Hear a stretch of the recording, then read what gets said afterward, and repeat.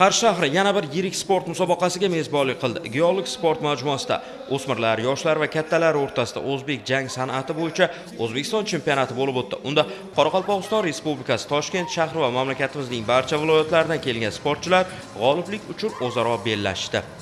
15-17 iyun kunlari Qirg'iziston davlati Issiqko'l shahrida bo'lib o'tadigan Jahon Kubogi musobaqasiga saralash hisoblanadi bu musobaqa. Bu musobaqada demak g'olib bo'lgan sportchilar Jahon Kubogida ishtirok etishni qo'lga kiritishadi. Saralashdan o'tgan sportchilar respublika o'quv yig'in mashg'ulotlariga jalb qilinadi va Jahon Kubogi musobaqasiga tayyorgarlikni boshlashadi. Musobaqa juda ham yaxshi tashkillashtirilgan. Sportchilarning kelib ketishi, hakamlarga hamma sharoit yaratilgan. 800 nafarga yaqin sportchilar ishtirok etgan musobaqa davomida terma jamoa murabbiylari ham har bir ishtirokchining harakatlarini diqqat bilan kuzatib, yuqori iqtidor egalarini saralab bordi. E'tiborlisi, O'zbekiston chempionatida shaffoflikni ta'minlash, hakamlarning adolatli qaror qabul qilishlari uchun VAR tizimidan foydalanildi.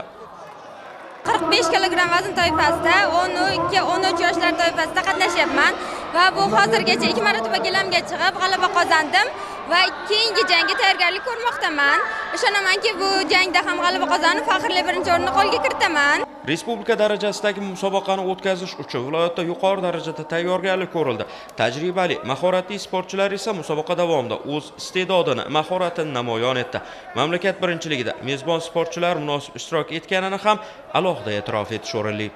Bu musobaqada Qashqadaryodan 165 nafar sportchilar qatnashdi. Ular musobaqa uchun kuchli tayyorgarlik ko'rishdi. O'z oldimizga maqsad qo'yganimiz respublika musobaqasida yuqori o'rinlarni egallashni.